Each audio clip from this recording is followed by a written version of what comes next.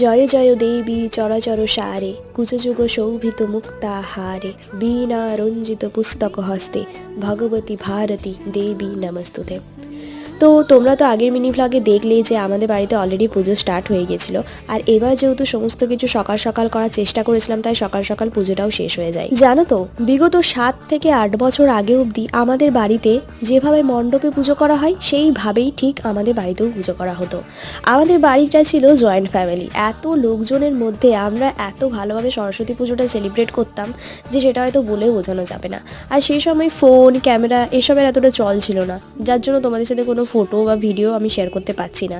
But সেই সময় যদি ভ্লগের এই ব্যাপারটা থাকতো না, মানে সত্যি সেই জিনিসটা তোমাদের সাথে শেয়ার করতে পারলে খুবই আনন্দ হতাম। তো যাই হোক, সেই কয়েক বছর আগের আনন্দটা তার ফিরিয়ে আনতে পারবো না, তাই ছোট্ট করে যতটুকু করা সম্ভব ততটুকুই করার চেষ্টা করেছি। তো যাই হোক, আশা করি ভিডিওগুলো তোমাদের ভালো লাগলে লাইক করে দিও। বাই।